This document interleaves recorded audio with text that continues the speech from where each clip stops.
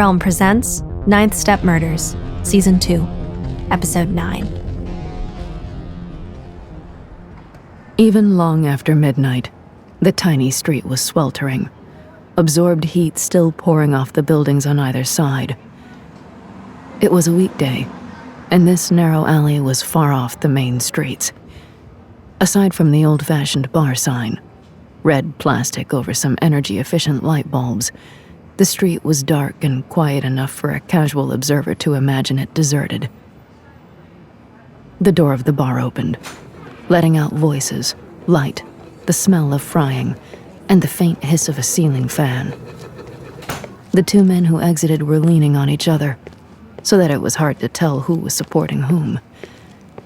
They were followed by a tall woman, her bare arms shimmering with iridescent tattoos, who seemed only slightly more sober. A few steps in front of the bar, one of the men swayed to a stop, nearly unbalancing his companion, and used the tiny but impressive lighter that had replaced his severed pinky finger to light a cigarette. "What are you doing?" slurred the woman in a growl loud enough to wake the neighbors. "You know I..." Before she could finish, the man's head jerked back and he slumped, hanging off the other man's arm until he was suddenly dropped and hit the ground.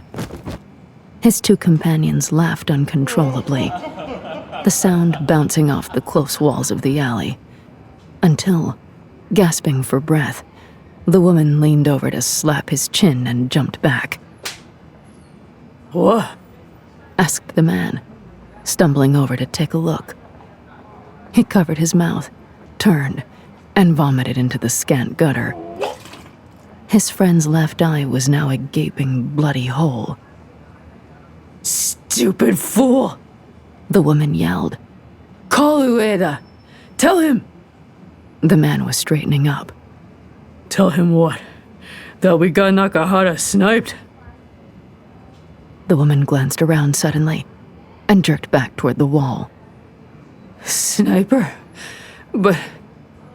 Cautiously, she crawled forward and examined her fallen companion's face, then raised her hand. Her little finger had been replaced by a pincer, and she inserted it into the new cavity and hooked something out. "Is it a bullet?" the man asked. She held it up to the light. "No." The sphere had been partly flattened by impact, but it was still clear that it had once had wings and minuscule appendages. "It's a drone."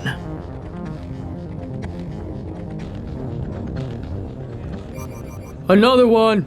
Investigator Yamada called across the room, standing up and pointing at his sleeve. From her workstation, Miyako raised her hand in acknowledgement without looking at him. She had already seen the alert on her sleeve, and Emma was spreading hers out on the desk so they could look at the initial report together. "That makes 3, Yamada added as he sat down. "No shit," Emma murmured, adding the latest location to a map with the other 2. "What is going on tonight?" She examined the map, added traffic and public transportation overlays. "I don't see how one person could have done all of these, do you? Getting from here to here in under 35 minutes seems unlikely, even in the middle of the night."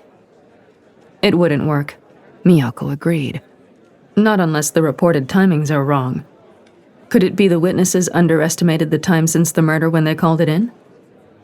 "Maybe," Emma said. "But even so, incredibly tight. It must have been planned, targeted. Do we know anything about..." She stopped when she saw Miyako looking up over her shoulder and spun her chair around to see Kensuke standing there. "Ladies," he said, smooth as always, but it sounded a little perfunctory. Maybe he was finally getting the message that Emma wasn't looking for romance with him. "I saw the reports on your cases come in, and I wanted to let you know I recognized the names." "Oh?" Emma raised her eyebrows. "I noticed with the second victim, and went back to check on the first. And with the third, I'm sure." He gave it a moment for emphasis, and Emma thought Miyako's particular type of stillness was the equivalent of an eye roll. They are all Nakajima-kai. That did make Miyako's eyebrows go up, and Emma didn't blame her. She had imagined maybe one of the smaller gangs, but someone knocking off 3 Nakajima-kai in one night? Any ideas? Miyako asked. As far as I can tell, this comes out of nowhere, Kensuke said. Encouraging, Emma said. There was the sound of loud footsteps on the stairs, and someone burst into the room, pushing the door so hard it slammed backward against the wall.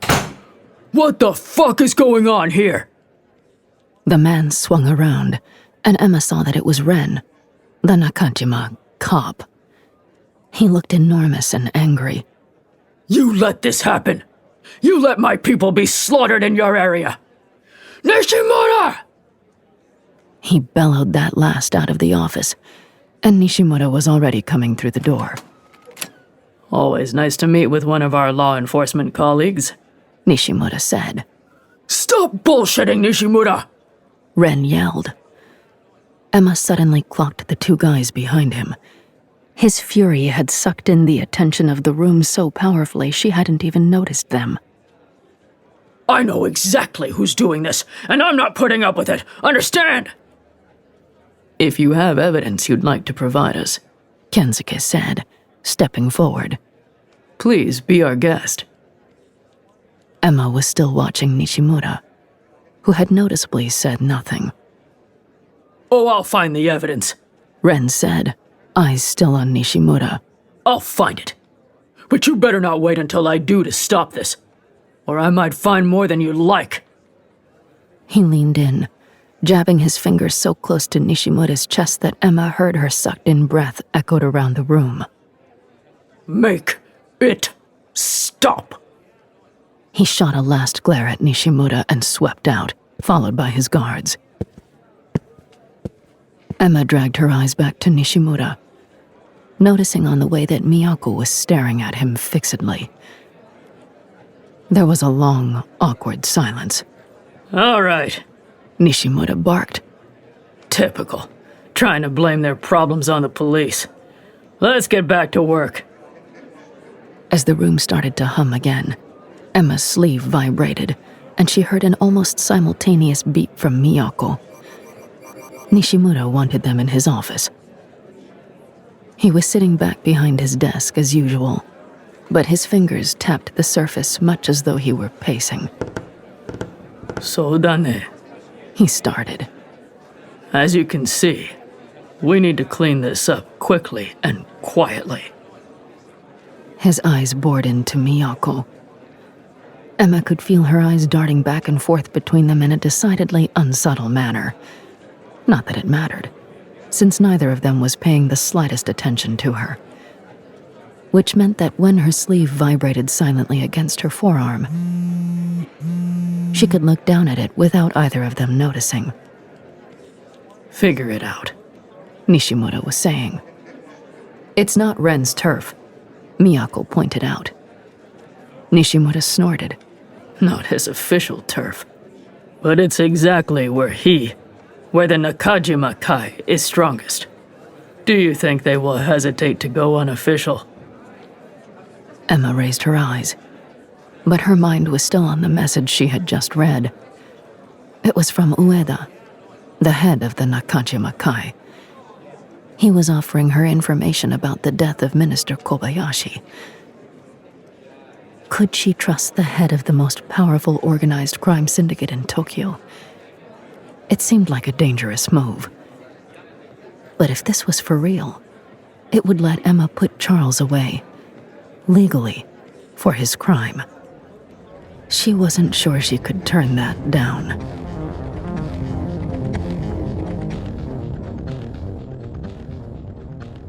Well, this is a mess, Miyako said, glancing at the passenger seat where Emma was staring out the window, apparently too lost in thought to hear or answer. Or was she suspicious, trying to work things out? Nishimura had been, for him, shockingly obvious. I don't know what the Nakajima-kai are up to, she added, trying for whatever outrage she would have felt if circumstances were normal.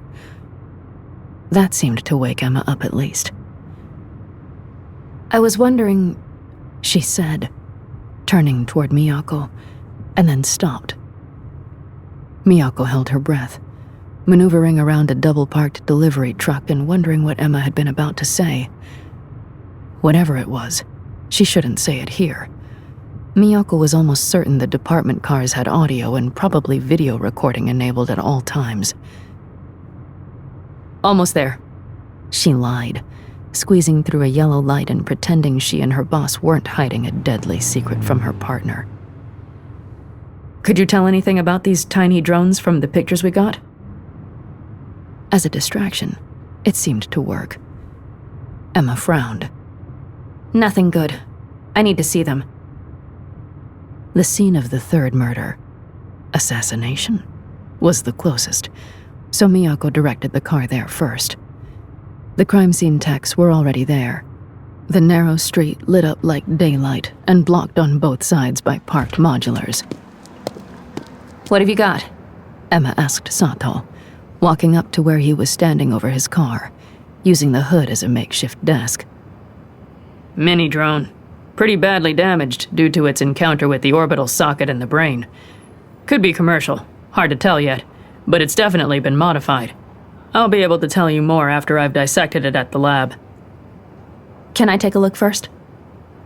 As she took the tweezers holding the device, Emma thought about how her relationship with everyone at the station had improved since she arrived. Sato handed it to her without hesitation, and even something like a smile. She turned the device one way and another under the strong temporary lights.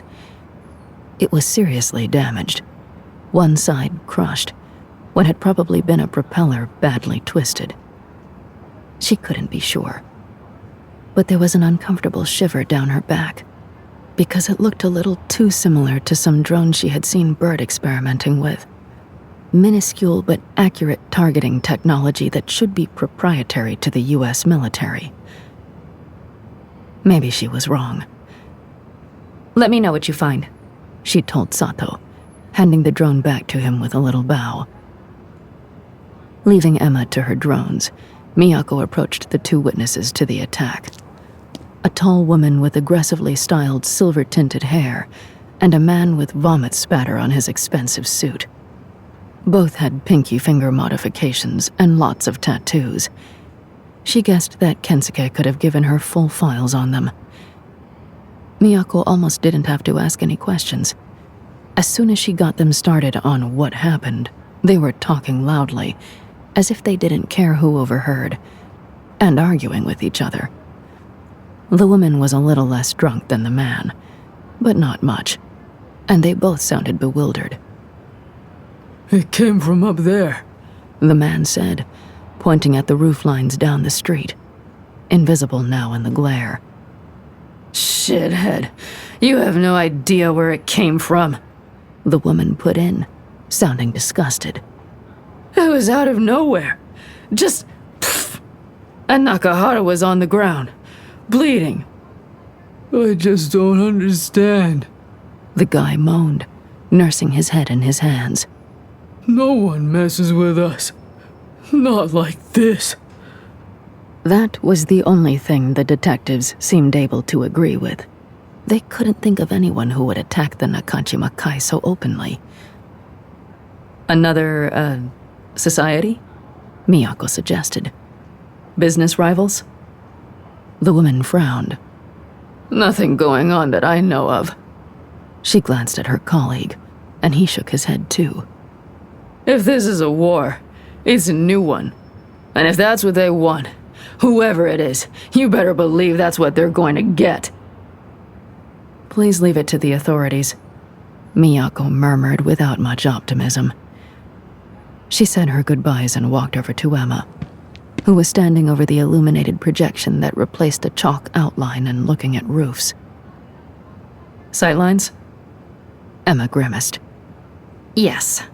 Although it's possible it carried a navigation camera that would make those unnecessary. We'll find out after Sato finishes with it. With that size, though, unless the resolution and processing and responsiveness are well above what's available on the street. Yeah, I personally would rather have eyes on the target while piloting. Miyako noted the phrase, "what's on the street," instead of what's possible, but decided not to ask. They say they don't know of any reason for someone to be targeting the Nakajima-kai right now. Emma was silent, her eyes still on the roofs, her toes swiveling into the pavement. I was wondering... She stopped, not even trailing off, then made her decision and lowered her voice. Maybe Charles is involved, starting a gang war, for reasons best known only to himself. Miyako didn't like Charles either, but she wasn't sure why he had to take the blame for everything. Any particular reason? Maybe. Emma glanced back at the crime scene van, in which the drone was now carefully packed and awaiting its transfer to the lab. The drones... Maybe, but I can't be sure yet. Also... Miyako waited. I got a message from Ueda. Emma's voice was lower still. Miyako blinked. Nakajima-kai's Ueda? About this? I don't know, but he said he has information for me. About Charles. She must have asked for the information, Miyako thought. That wasn't the sort of thing the Nakajima-kai would just offer out of nowhere. Not to a U.S. peacekeeper. It seems worth checking out, if you can do it safely, she said. And Emma nodded unhappily. Miyako pressed her lips together in sympathy. She knew how hard Emma had been trying to find evidence on Yardley, and the Nakajima-kai weren't exactly the kind of people you wanted to accept assistance from. It was possible that Charles was behind this sudden attack on the Nakajima-kai, Miyako thought as she drove them back to the station. It would explain Ueda being eager to sell him out. But she couldn't stop thinking about Ren's accusations. Had it been the resistance? Did Nishimura know? Would he even know? There were so many cells, and they took pride in keeping information from each other. But why would the resistance, which was supposed to be fighting back against the occupation, do something so idiotic as to attack the Nakajima-kai? Miyako thought of the resistance people she had met. Yes, they had accomplished some extraordinary coups. Her memory played uneasily over the explosion on the electricity barge, far too close for comfort. But they were nothing like the seasoned, brutally effective Nakajima-kai. Not as organized, not as competent, not as ready. What were they thinking?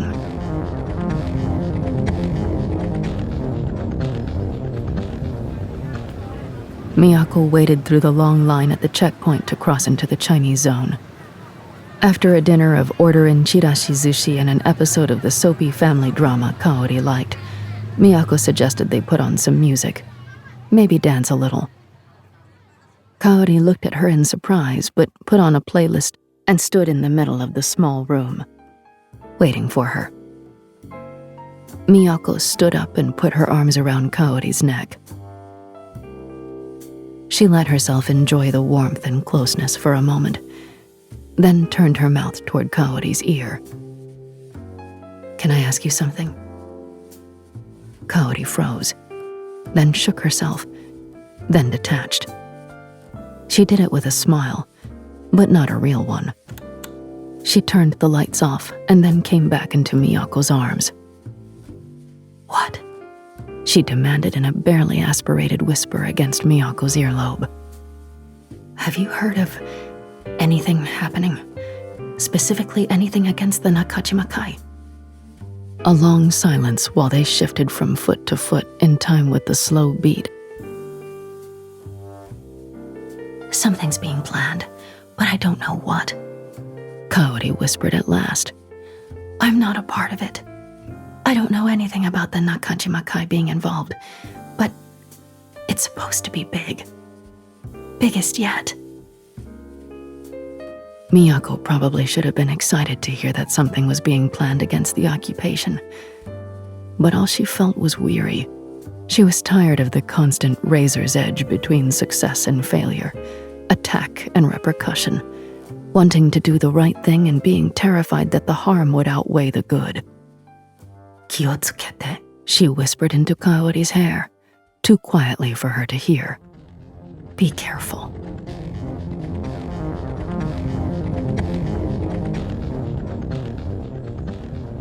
Emma got the report from Sato while she was on the subway the next morning. She was almost relieved when she got to the night step offices to see that Miyako wasn't at her workstation yet, so she could focus on the drone specs and on their implications, without outside eyes. Sato found that the base for the drones was a very simple chassis, easily available everywhere, but they had been souped up with extremely accurate targeting and extra propulsion, consistent across the drones used in the 3 murders, as far as he could tell from their damaged hardware. Emma spent some time looking at the targeting system, and by the time Miyako came in with a tense nod and some murmuring about the checkpoint taking forever that morning, she was convinced that the technology was based on a classified U.S. military system. Emma leaned back in her chair. Could Charles be behind the leaking of this technology too? The Resistance? Probably. Or another organized crime group? Or would he have gone back to the political hardliners? That last seemed unlikely, but the idea of Charles using military technology to suit his own ends, yes, very possible. And maybe, just maybe, this could be the tax evasion equivalent that would take Charles out. Less satisfying than seeing him prosecuted for the murder of Minister Kobayashi, but if it got him to stop messing with occupied Tokyo, it would be worth it. And she wouldn't have to make a deal with the Nakajima-kai. But had it been him? "I've got to go," she said, standing up. Miyako looked up in surprise, and Emma realized she had been concentrating so hard that she had barely acknowledged her that morning. "Sorry, I have to check something at the barracks. What are you working on?" "Geography," Miyako replied succinctly. "The drones have a fairly limited range, right? And you said you would prefer line of sight on the targets?" Emma waggled her hand side to side. "It might be possible without it, but yes, I would want it. And especially if the operator was not an expert." Miyako nodded. "So I'm checking the timing in terms of having a single operator do all of these hits from fairly close by." "How does it look?" "Unlikely, at least without a jetpack, and someone would have noticed that. Seems probable it was a group." "Another gang, maybe?" Emma did not want to suggest it was the Resistance in front of Miyako. She wasn't sure where her partner's loyalties lay, but it still seemed like an enormous can of worms to open with so little evidence. "Maybe," Miyako said, but she didn't sound convinced either. Emma hesitated on the brink of telling Miyako her suspicion, but decided again in favor of evidence. "Okay, see you later."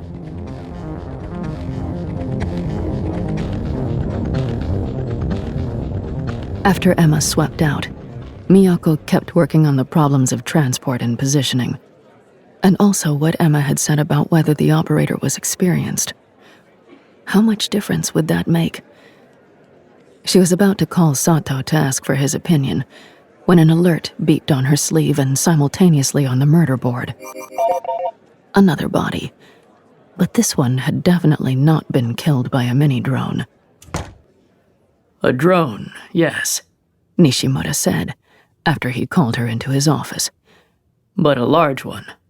Bystanders claim it was equipped with a samurai sword, and forensics has agreed, in a preliminary way, that it looks likely." Miyako didn't bury her face in her hands, but she sure wanted to. "This is the revenge killing." Nishimura nodded slowly. "And it will only escalate from here." "I don't want a gang war on our hands," Nishimura said. We have more important things to be dealing with right now. Any known gang affiliation on the latest victim? Miyako asked, without much hope. No. Nishimura said shortly. Any other affiliation? Miyako was trying to imagine how she might find out whether the victim, who had been dismembered, was in the resistance. But she couldn't think of any possible way to ask without putting more people in danger. I don't know, Nishimura thundered. Apparently, he was in the same situation. Just collect the evidence and do what you need to do. Close this case.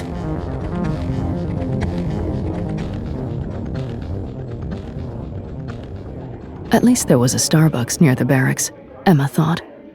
Her iced soy latte was about the only positive result of her trek all the way back here. Otherwise, there was nothing conclusive.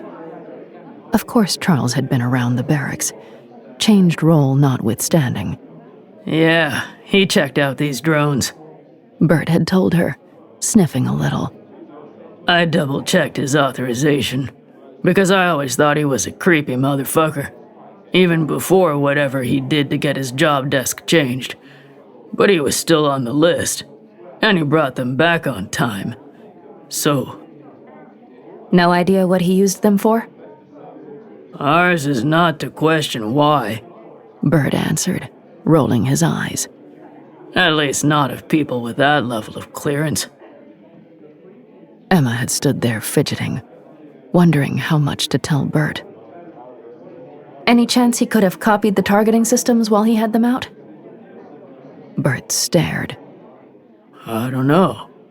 Would he care about breaking about 6 different laws and committing treason? He had paused to think about it more seriously. I don't know. I never got the impression that he had the technical chops to do something like that. But I could be wrong.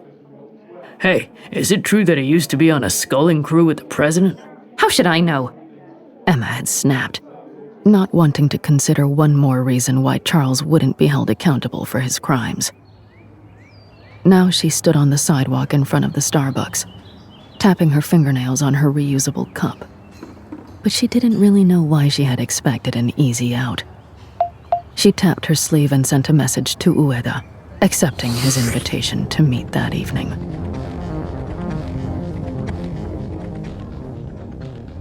Miyako had dissected the life of the latest victim almost as thoroughly as the katana-wielding drone had dissected his body. But she found nothing to confirm that he was in the resistance. Or, conversely, to prove that he wasn't. It made her wonder, uncomfortably, what someone might find if they were to look at her life. She decided she had to know, even if it wasn't the smartest thing to do.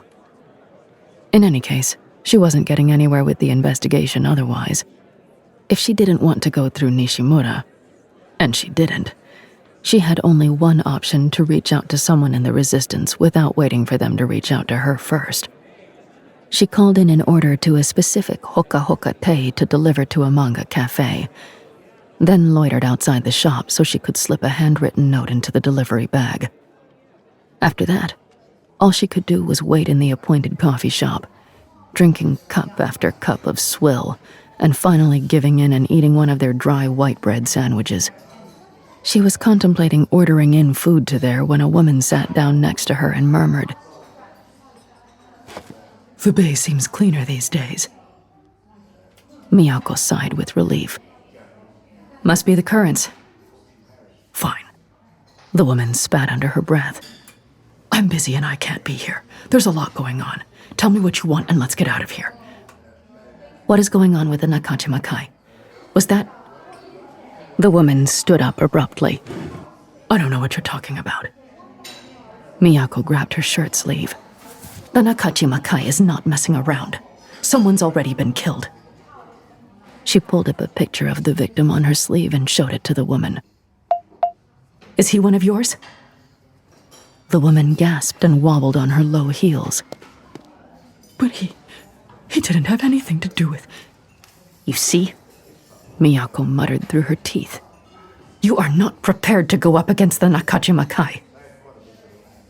The woman sank back down into her seat. It's a little late now, isn't it?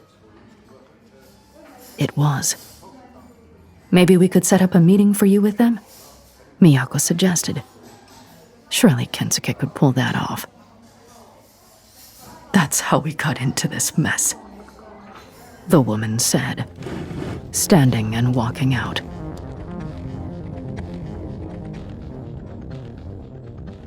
Ueda had set the meeting for the same office where Emma had spoken to him on the night of the Fight Club killings.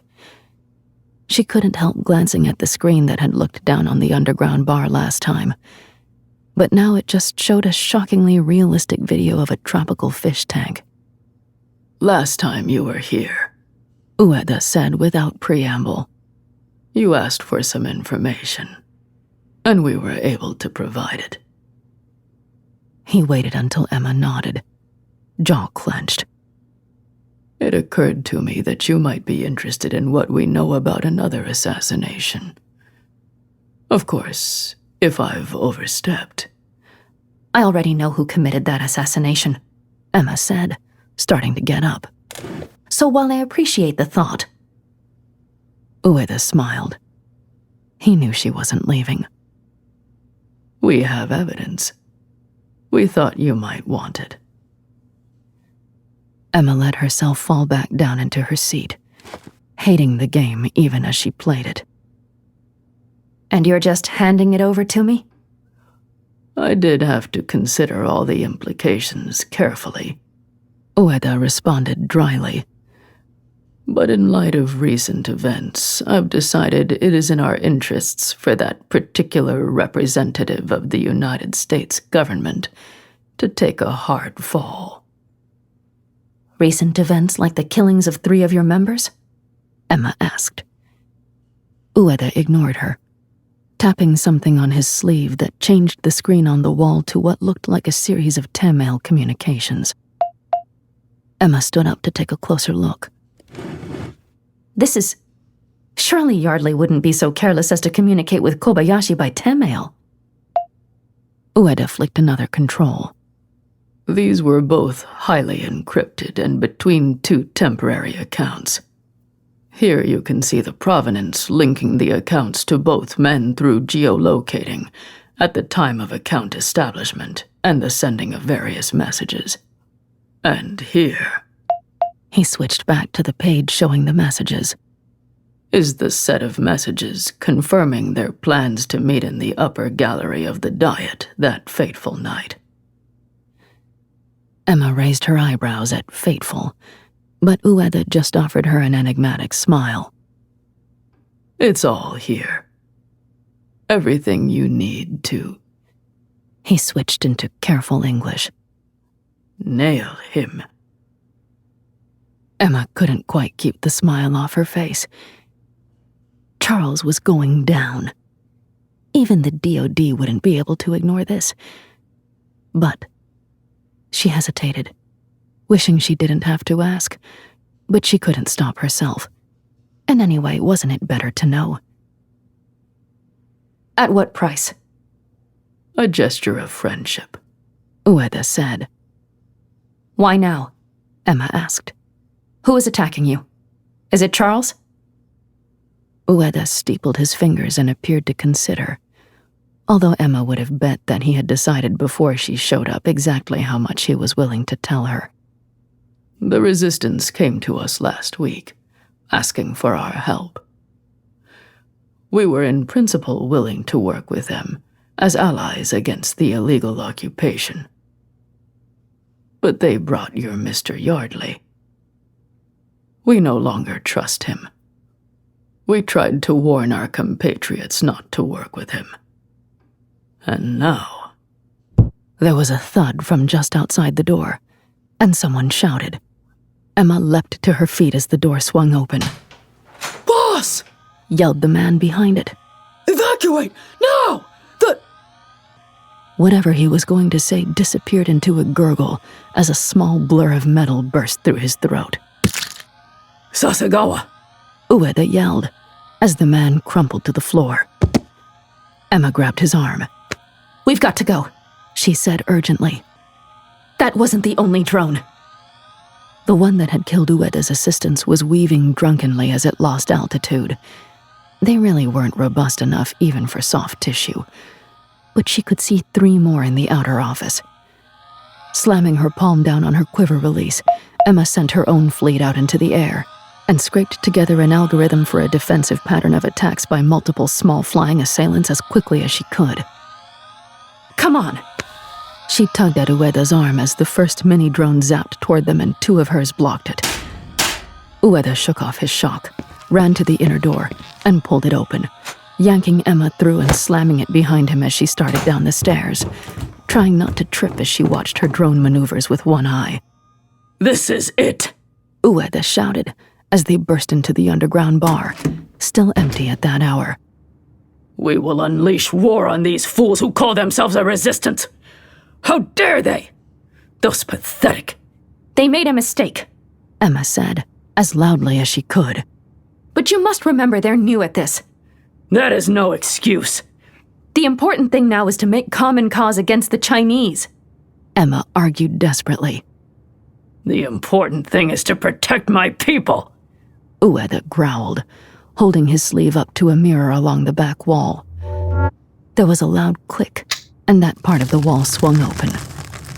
Emma glanced behind them in time to see a mini-drone buzzing out of the stairway, followed by 3 of hers in close formation. She hurtled after Ueda into the secret passage, which went night black as the door swung closed behind them. Emma's infrared showed her a smooth, concrete passage sloping upward. Isn't the war being waged by the Chinese the greater threat? Emma tried, as she started walking toward what she assumed was a nondescript exit somewhere at street level. Where have wars against your competitors gotten you in the past? A light shot out of Ueda's sleeve, illuminating his face from below before he turned it toward the passage ahead. Wars against my competitors have gotten me exactly to where I am now.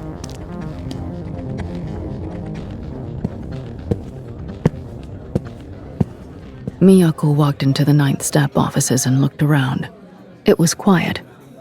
Long enough after shift change that enough people were out on the street or hunched over paperwork that nobody was paying attention. And as she had hoped, Nishimura was still in his office. He looked up when Miyako walked in and closed the door. Well, Is there someplace we can talk safely? Nishimura just stared at her. There seems to be some support for Ren's accusations, Miyako said stiffly. and it is leading to a war between the Nakajima-kai and the other group. It will be bad for everyone. Nishimura frowned in silence. I will see what I can do about the other side. If you will try to identify someone from Nakajima-kai who can take responsibility for the killing from their side. Miyako nodded sharply and moved to leave. I don't like this, Nishimura said behind her. What's to like?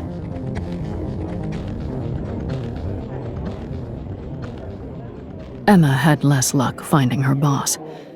By the time she got all the way back to the barracks, Corporal McDowell had left, and his assistant had little idea where he had gone. Some sort of social event, I think. Can I help? Thanks, Emma said. but I'll use the drop locker. It was a lockbox specifically designed for sensitive information, with a slot in the top and a biometric lock allowing only McDowell to open it. Feeling 1,000 pounds lighter, Emma waved a cheerful goodbye to the assistant and headed back toward 9th Step. She had done it. Charles would be punished. Justice would be served. Emma would no longer feel like she had failed Miyako, Nishimura, and the entire Japanese people by letting Charles get away with that. And once the jerk was out of the country, maybe she could stop looking over her shoulder, too.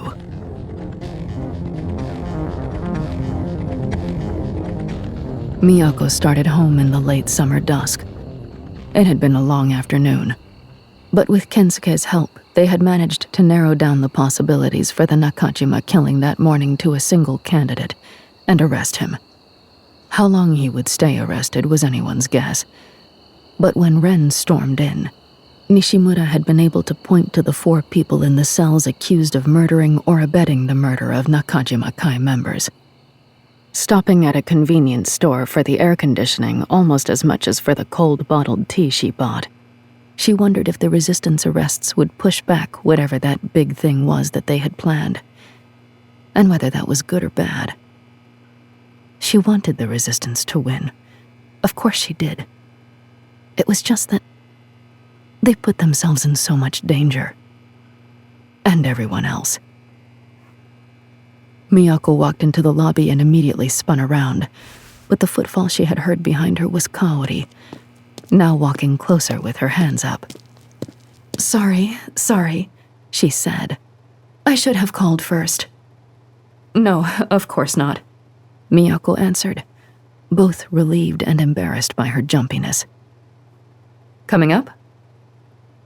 Kaori waited until they were safely locked into Miyako's apartment, with music on and the lights off. I'm sorry, she whispered, while they were cuddled close together on the sofa. Miyako hadn't found any viable meal prep in her fridge, so they had eaten cold cereal, and the bowls of congealing milk sat on the floor in front of them. Maybe I shouldn't have come, but I'm just so worried. What is it? Miyako asked, a chill of fear running through her even as she rubbed her hand up and down Kaori's back. They know something is coming, Kaori murmured, turning her lips into Miyako's hair so there was no chance of surveillance lip reading. They're cracking down. What is going to happen? Do you know? Kaori shook her head slightly but answered anyway. Something to do with a drone wall, I think.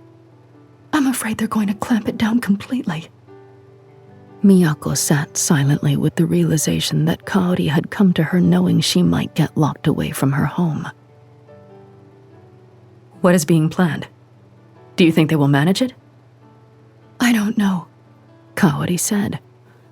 The rumor is they found someone else to take on the role the Nakajima-kai refused. Do you want them to succeed? Miyako asked. They sat there a long time, but Kaori didn't answer.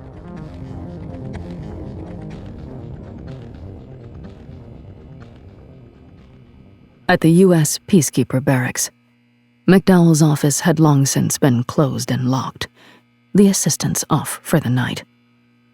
But a key turned easily in the lock, and Charles Yardley III walked in without turning on the lights. He went straight to the locked drop box and held a darkly iridescent chip up to the biometric sensor. The box clicked open. He reached in and removed the data chip that Emma had pushed through the slot earlier, then closed it gently and left the office, locking the door quietly behind him. You're listening to Ninth Step Murders Season 2, created and produced by Realm, your portal to another world. Listen away. Ninth Step Murders is written by Malka Older, Fran Wilde, Jacqueline Koyanagi, and Curtis C. Chen. Produced by Rhoda Bayesa and executive produced by Molly Barton. Performed by Emily Wu Zeller. Audio production, direction, sound design, and theme music by Amanda Rose Smith. Additional editing by Corey Barton. Cover design by Kendall Thomas, with original illustration by Armin Rangani.